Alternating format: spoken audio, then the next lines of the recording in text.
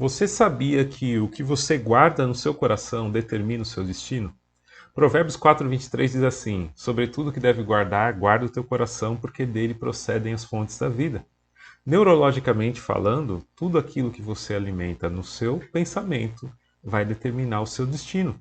As escrituras, quando falam de coração, elas estão falando não do órgão coração, mas do centro do seu ser. O seu eu verdadeiro, o seu eu mais profundo, aquele que determina as suas ações, aquele que guia os seus pensamentos. Por isso ele diz: sobretudo que deve guardar, guarda o coração, porque dele procedem as fontes da vida. É claro, guardar o coração aqui não é como ir num cardiologista, levar os seus exames e continuar tomando o seu remedinho de pressão para que tudo caminhe bem. Guardar o coração aqui exige um pouco mais de esforço, um pouco mais de sacrifício, porém, os resultados podem ser muito bons ou muito ruins. Por isso, Provérbios diz: porque dele procedem as fontes da vida. Mas, João, como guardar o coração? Como fazer isso de forma prática para que eu possa caminhar bem? Existem alguns passos para que você possa usar e guardar o seu coração. Um deles é o pensamento positivo. Mas quando eu digo pensamento positivo aqui, vai com calma, porque eu não estou falando de nada místico e nem da teoria do pensamento positivo.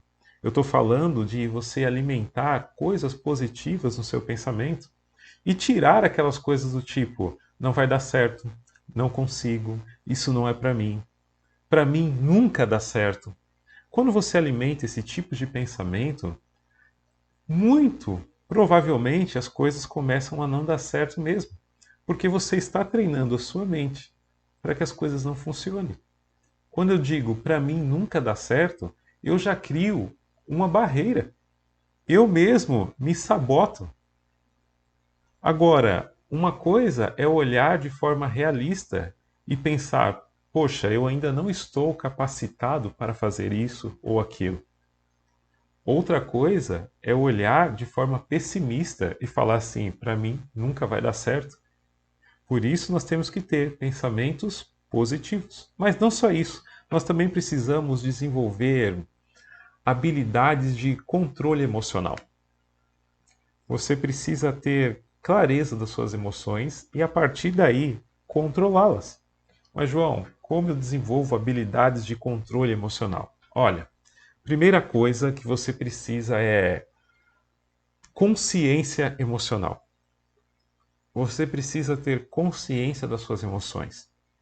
Muitas vezes nós agimos por impulso e deixamos que os nossos pensamentos flutuem sem controle. E aí, a nossa mente, o nosso cérebro, passa a comandar a nossa vida e não ao contrário. Quem tem que comandar a nossa mente somos nós. O seu cérebro, ele é ensinável e você precisa ensiná-lo para que ele se torne cada vez melhor, uma ferramenta que te ajude. O seu cérebro é o HD externo, onde você guarda todas as suas emoções, as suas memórias. E é ali onde você vai buscá-las sempre que necessário. Por isso nós precisamos ter consciência emocional. O que eu quero guardar aqui? O que eu quero arquivar na minha memória? Como estão as minhas emoções hoje? Pensar sobre o que você está sentindo. E a partir daí, quando você pensar sobre o que está sentindo, nós passamos para a outra parte que é a aceitação emocional. Aceitar qual é o sentimento que você está sentindo. Aceitar não significa aprovar esse sentimento. Por exemplo, você pode estar com raiva, muita raiva, por algo que alguém fez ou por algo que não deu certo. E quando você olha para esse sentimento e percebe e fala: puxa, eu estou com raiva.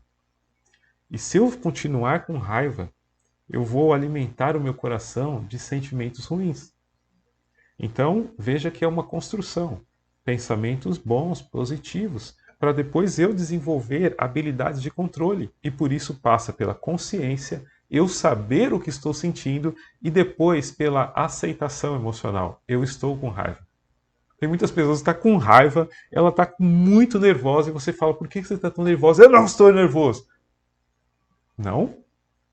Agora, quando você aceita, de fato, eu estou nervoso e não deveria. E aí você passa para o terceiro passo, que é a regulação emocional. Quando você entende o que está sentindo, você entende que está passando por um momento de raiva, ou você está alimentando mágoa, tristeza no seu coração, você começa a regular isso. Na minha época de criança, existiam as televisões que elas tinham regulagem. Chamava-se de seletor. As imagens iam passando, passando, passando, aí você ia regulando, aquela imagem ia diminuindo, diminuindo, até que ela parava ali. Bom, isso é regulagem. E a regulagem emocional funciona da mesma forma.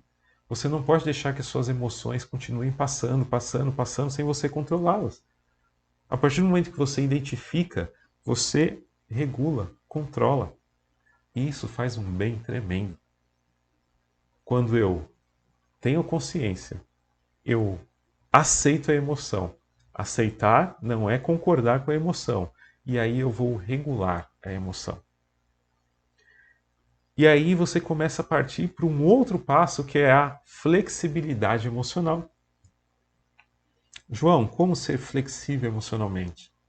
Olha, você sabe que vai ser exigido muitas vezes no trabalho, na família, nos relacionamentos.